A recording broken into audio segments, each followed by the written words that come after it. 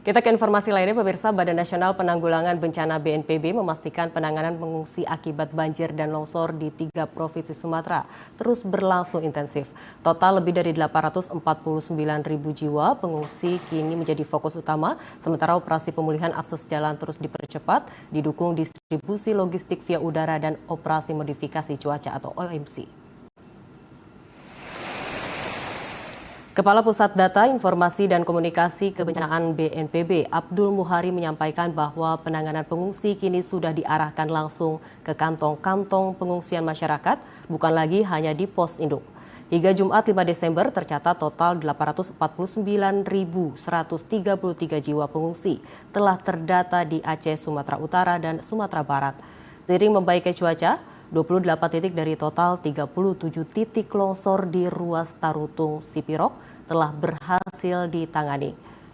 BNPB terus mengintensifkan distribusi logistik melalui 3 moda, yaitu darat, laut, dan udara, di mana armada udara menjadi tulang punggung bantuan ke wilayah terisolasi.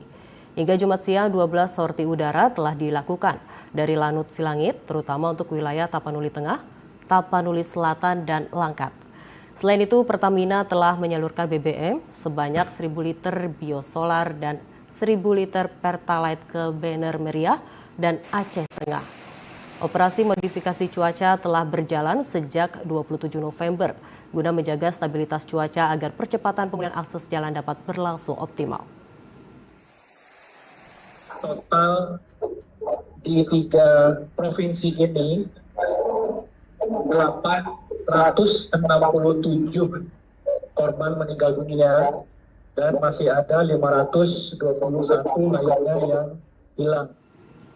Dan pemirsa, kondisi di Pulau Sumatera masih memprihatinkan. Bencana banjir dan longsor besar telah melumpuhkan akses vital dan mendorong lebih dari 849.000 jiwa pengungsi. Situasi ini memaksa Badan Nasional Penanggulangan Bencana atau BNPB bekerja ekstra keras, tidak hanya mengurus pengungsi tetapi juga berpacu dengan waktu untuk memulihkan jalan yang terputus dan memperpanjang operasi modifikasi cuaca guna mencegah longsor susulan. Dan untuk membahas strategi komprehensif penanganan darurat hingga pemulihan ini, kita telah terhubung dengan Abdul Muhari selaku Kapus Datin BNPB. Ya, selamat siang Pak Ab. Selamat siang, Mbak. Iya, Pak Am, terima kasih telah bergabung bersama kami di Laporan 8 siang kali ini. Pak Am, kita langsung saja, ini skala bencana kali ini kan sangat luas dengan lebih dari 849.133 jiwa pengungsi dan kantong-kantong pengungsian yang tersebar. Nah, menurut pengamatan Pak Am sendiri, apa tantangan terbesar sebenarnya yang dihadapi tim di lapangan saat ini dalam memastikan bantuan sampai tepat sasaran ke para korban, dan apa prioritas utama BNPB sendiri secara keseluruhan untuk pekan ini? Ya, untuk pekan ini kita melanjutkan optimalisasi distribusi logistik. Saat ini kami sudah di Aceh, Sumut, dan Sumbar sudah didukung dengan lebih dari 30 unit heli operasional. Ini belum termasuk dari unit heli dari TNI dan Polri serta Basarnas, sehingga kami bisa sorti penerbangan dan dari unit-unit pesawat ini. Satu hal yang penting untuk kami sampaikan, Mbak Anin, bahwa sejak kemarin sore, selain distribusi logistik, heli berbadan lebar kami standby-kan di Banda Aceh juga sudah mulai mengirimkan genset 100.000 hingga 250.000 watt. Kemarin kami mendistribusikan genset PLN 100.000 watt. Ini khusus untuk RSUD Aceh Tamiang. Jadi kita melihat Aceh Tamiang sempat terisolir 1 minggu, kemudian alhamdulillah 3 hari yang lalu via jalur darat dari Medan. Tetapi untuk genset kemarin kami terbangkan melalui udara itu untuk keperluan RSUD Aceh Tamiang. Jadi saat ini dalam proses pembersihan. Akan bisa selesai hari ini. Listrik genset sudah standby kemarin, hari ini akan dioperasionalkan oleh PLN sehingga saudara-saudara kita di Aceh Tamiang akan mendapatkan layanan kesehatan di RSUD. Pagi ini juga kami menerbangkan satu lagi genset 250.000 watt. Ini khusus untuk RSUD Aceh Tamiang. Aceh Tamiang juga kita ketahui hingga saat ini akses darat masih cukup sulit, sehingga keberadaan genset untuk mulai bisa mengoperasikan RSUD di situ untuk layanan kesehatan saudara-saudara kita sangat penting. Jadi per pagi ini terbang dan kami harapkan sore ini atau besok pagi ini sudah bisa dioperasionalkan oleh PLN untuk RSUD Takengon, Aceh Tengah. Baik Pak Am, seperti disampaikan oleh Pak Am sebelumnya, ini ada 12 sorti udara telah dilakukan, namun apa hambatan paling krusial sebenarnya yang tim temui dalam operasi udara ini Pak Am? Dan apakah alokasi BBM seperti 1.000 liter biosolar dan Pertalite yang dikirim ke Aceh sudah mencukupi untuk mendukung mobilitas tim di lapangan? Untuk kendala dalam 2 hari ini kita ada turun hujan kembali, meskipun tidak dengan intensitas tinggi. Tapi ini kemudian cukup menghambat jalur logistik kita via udara. Seharusnya untuk Aceh misalkan kita itu satu hari bisa hingga 25 sorti penerbangan. Kemarin kita hanya bisa merealisasikan 18 sorti hingga hingga terakhir penutupan distribusi logistik kemarin. Dan hari ini juga sempat hujan 1 jam intensitas sedang. Dan ini kita akan kembali mengoptimalkan sorti penerbangan operasi modifikasi cuaca, Mbak Anin. Jadi meskipun hingga hari ini itu tetap berjalan, tetapi kali kejadian hujan di siang hari dan itu ternyata cukup menghambat atau menunda sorti penerbangan kita. Dan tentu saja ini juga cukup mengganggu kerja tim darat yang sedang membuka akses transportasi atau membersihkan sisa-sisa bawaan banjir dan longsor. Baik. Per hari ini kita sudah menambah lagi sorti modifikasi cuaca. Kita harapkan ini bisa optimal sehingga kerja di darat masih tetap bisa kita maksimalkan, Mbak Ani. Baik Pak Am.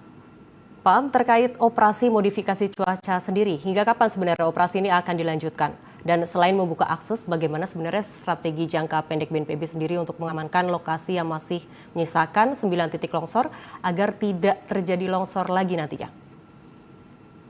Ya, untuk operasi modifikasi cuaca ini akan terus kita lakukan selama operasi darat untuk 5 prioritas: pencarian pertolongan, distribusi logistik, pembukaan akses jalan, pemulihan akses komunikasi, dan pemulihan akses energi listrik dan BBM masih berjalan. Maka operasi modifikasi cuaca akan terus kita lakukan. Karena ini sangat krusial, seperti halnya akses darat dari Medan ke Aceh Tamiang yang sudah terbuka. Di daerah perkebunan sawit ada beberapa titik, beberapa kilometer. Ini kalau misalkan hujan ini akan kembali tergenang. Nah, ini akan kita hindari.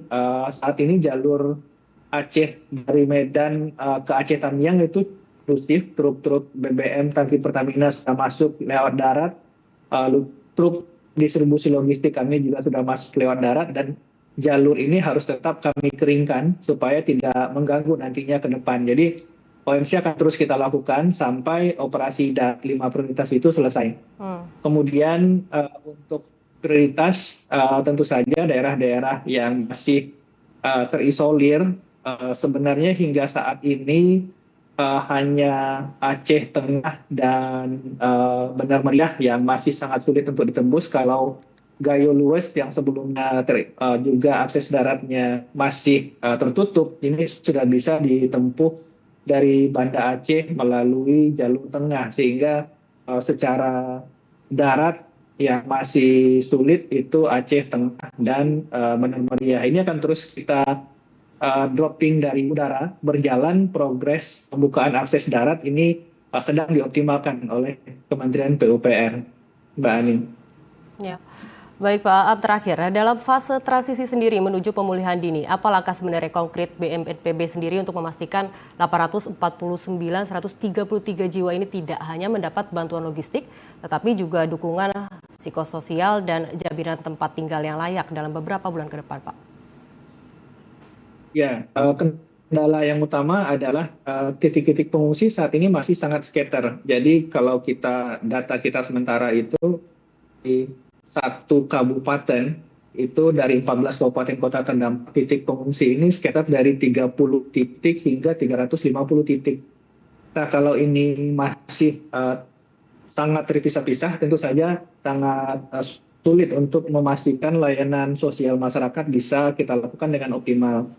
Dan seiring dengan terbukanya jalur darat, BNPB saat ini sudah mulai dropping tenda-tenda peleton untuk bisa kita buat titik pengungsi terpusat yang dilengkapi dengan dapur umum, toilet portable, dan lain-lain. Sehingga saudara-saudara kita yang saat ini masih ada di titik-titik yang terpisah akan kita gabungkan dalam satu titik pengungsian terpusat. Mungkin dalam satu kabupaten itu bisa 10 hingga 20, tapi benar-benar terpusat, umum ada, toilet portable ada, layanan kesehatan ada, dan layanan psikososial ada. Ini menjadi prioritas kita 1 minggu ke depan, sehingga kita harapkan minggu berikutnya ini kita tidak lagi menghadapi titik-titik yang sangat terpisah, tapi sudah fokus pada dropping pemenuhan kebutuhan mulai dari logistik, permakanan, non permakanan, psikososial di titik-titik pengungsian yang terpusat, Mbak Anin. Baik, Pak Am, terima kasih sebelumnya telah bergabung dan memberikan update di Sumatera bagaimana penanganan bencananya oleh BNPB sendiri, dan semoga